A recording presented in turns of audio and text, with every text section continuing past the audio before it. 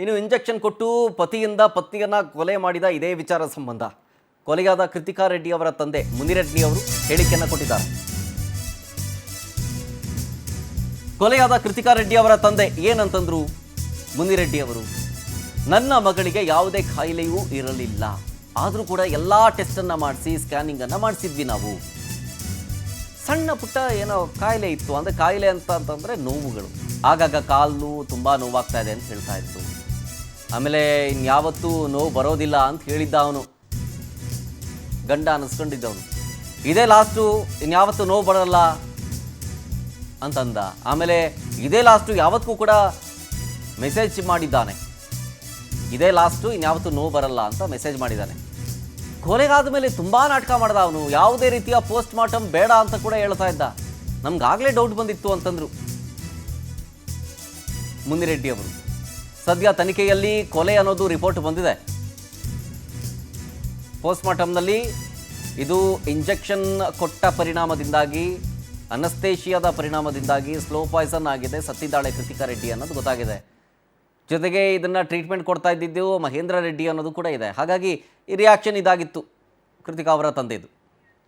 ಇದ್ದಾನೆ, ಹುಡುಗಿ ಫೋನ್ ಮಾಡಿದ್ದಾಳೆ, ಈ ಥರ ನನಗೆ ತುಂಬ ನೋವಾಗ್ತಾ ಇದೆ, ಕ್ಯಾನುಲಾಯಿಂದ ಕಾಲಲ್ಲಿ ಸಿಕ್ಕಾಪಟ್ಟೆ, ಅದರಿಂದ ನನಗೆ ಸಿಕ್ಕಾಪಟ್ಟೆ ನೋವಾಗ್ತಾ ಇದೆ, ನನಗೆ ತಡಿಯೋಕ್ಕೆ ಆಗ್ತಾ ಇಲ್ಲ ಅಂದರೆ ಅವಾಗ ಏನು ಹೇಳಿದ್ದಾನೆ, ಇಲ್ಲ ಇವತ್ತು ಲಾಸ್ಟ್ ಡೋಸ್ ಕೊಟ್ಬಿಡ್ತೀನಿ, ಇವತ್ತಿಗೆ ಲಾಸ್ಟ್ ಡೋಸು, ಇನ್ಮೇಲೆ ನಿನಗೆ ನೋವು ಅನ್ನೋದೇ ಕಾಣಿಸಲ್ಲ ಅಂಥೇಳಿ ಚಾಟಿಂಗಲ್ಲಿ ಮೆಸೇಜ್ ಇಟ್ಟಿದ್ದಾನೆ. So that is the last. ಆಮೇಲೆ ಅವತ್ತು ರಾತ್ರಿ ಏನು ಮಾಡಿದ್ದಾನೆ, 9 ಗಂಟೆಗೆ ಮನೆಗೆ ಬಂದಿದ್ದಾನೆ. ಹೋದ್ಮೇಲೆ ಬೆಳಗಿನ ಜಾವ 24ನೇ ತಾರೀಕು ಬೆಳಗಿನ ಜಾವ ಏನಾಯಿತು,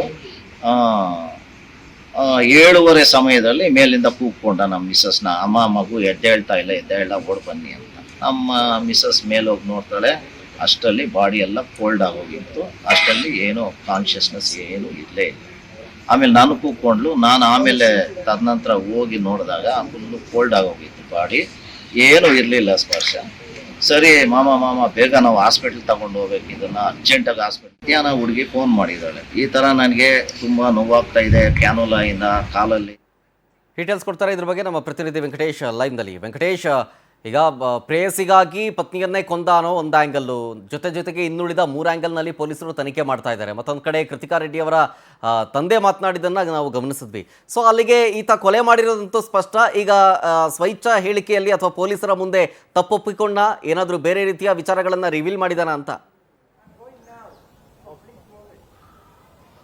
ಶರತ್, ಈಗೇನು ಈ ಕೇಸ್ಗೆ ಸಂಬಂಧಪಟ್ಟಂತೆ ಈಗಾಗಲೇ ಪೊಲೀಸರು ಕೂಡ ತನಿಖೆಯನ್ನು ಮುಂದುವರಿಸಿದ್ದಾರೆ. ಜೊತೆಗೆ ಅವರ ತಂದೆ ಆಗಿರುವಂತಹ ಮುನಿರೆಡ್ಡಿ ಅವರು ಕೂಡ ಆ 3 ದಿನಗಳ ಕಾಲ ಏನೆಲ್ಲ ಆಯಿತು ಮಗಳಿಗೆ ಅನ್ನೋದ್ರ ಬಗ್ಗೆ ಕೂಡ ವಿವರವಾಗಿ ಹೇಳಿರುವಂಥದ್ದು. ಇದನ್ನು ದೂರಿನಲ್ಲೂ ಕೂಡ ಉಲ್ಲೇಖವನ್ನು ಮಾಡಿದ್ದಾರೆ. ಅಂದರೆ 21ನೇ ತಾರೀಕು ಈತ ಏನು ಮಗಳಿಗೆ ವಾಂತಿ ಕಾಣಿಸ್ಕೊಳ್ಳುತ್ತೆ, ಆ ಸಂದರ್ಭದಲ್ಲಿ ಆಕೆಯನ್ನ ಟ್ರೀಟ್ಮೆಂಟ್ ಮಾಡುವ ಉದ್ದೇಶದಿಂದಾಗಿ ಆತ ಆಸ್ಪತ್ರೆಗೆ ಕರ್ಕೊಂಡು ಹೋಗಲ್ಲ, ಬದಲಾಗಿ ಆತನೇ ಟ್ರೀಟ್ಮೆಂಟ್ ಅನ್ನು ಕೊಡ್ತಾನೆ. ಅದಾದ ಬಳಿಕ ಕಾಲಿಗೆ ಒಂದು ಕ್ಯಾನ್ಯೂಲ್ ಅನ್ನು ಹಾಕಿ ಸಿರಂಜಿನ ಮೂಲಕವಾಗಿ ಒಂದು ಮೆಡಿಸನ್ ಕೂಡ ಆಗ್ತಾ ಇರ್ತಾನೆ, ಅಂದ್ರೆ ಈ ಅನಸ್ತೇಶಿಯಾವನ್ನು ಕೂಡ ಕೊಡ್ತಾ ಇರ್ತಾನೆ.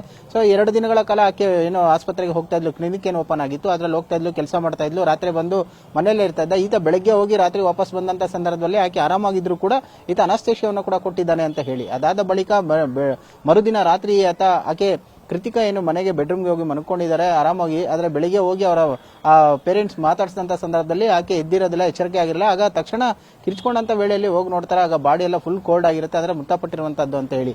ಆ ಹಿಂದಿನ ದಿನ ರಾತ್ರಿ ಒಂದು ಮೆಸೇಜ್ ಅನ್ನು ಕೂಡ ಮಾಡಿರ್ತಾಳೆ, ಗಂಡನಿಗೆ ತುಂಬಾ ಪೇನ್ ಆಗ್ತಾ ಇದೆ, ಇದನ್ನ ತಡ್ಕೊಳ್ಳೋಕೆ ಆಗ್ತಾ ಅದನ್ನ ರಿಮೂವ್ ಮಾಡಿ ಅಂತ ಹೇಳಿ. ಆಗ ಆತ ಕೂಡ ಒಂದು ಚಾಟ್ ಮಾಡಿರ್ತಾನೆ, ಇನ್ ಮುಂದೆ ನೋವು ಬರೋದಿಲ್ಲ, ಇದೇ ಕೊನೆ ಅನಸ್ತೇಶಿಯಾ, ಏನು ಹೆದರ್ಕೋಬೇಡ, ಇದು ಲಾಸ್ಟ್ ಅಂತ ಹೇಳಿ ಒಂದು ರಿಪ್ಲೈನ ಮಾಡಿರ್ತಾನೆ. ಅಂದ್ರೆ ಅವ್ರ ತಂದೆ ಹೇಳುವ ಪ್ರಕಾರವಾಗಿ ಇದು ಕೊನೆಯ ಕ್ಷಣದ ಜೀವನದ ಕೊನೆಯ ಕ್ಷಣಗಳು, ಹಾಗಾಗಿ ನೀನು ಹೆದರ್ಕೋಬೇಡ ಅಂತ ಹೇಳಿ, ಅಂದ್ರೆ ನಿನ್ನ ಈಗಾಗಲೇ ಏನು ಕೊಲೆ ಮಾಡಿದ್ದೀನಿ ಅನ್ನುವಂತ ಒಂದು ಮೆಸೇಜ್ ಅನ್ನು ಕೂಡ ಕೊಟ್ಟಿರ್ತಾನೆ ಅಂತ ಹೇಳಿ. ಸೊ ಇದಕ್ಕೆ ಸಂಬಂಧಪಟ್ಟಂತೆ ಅವರ ತಂದೆ ಕೂಡ ಹೇಳಿರುವಂತದ್ದು.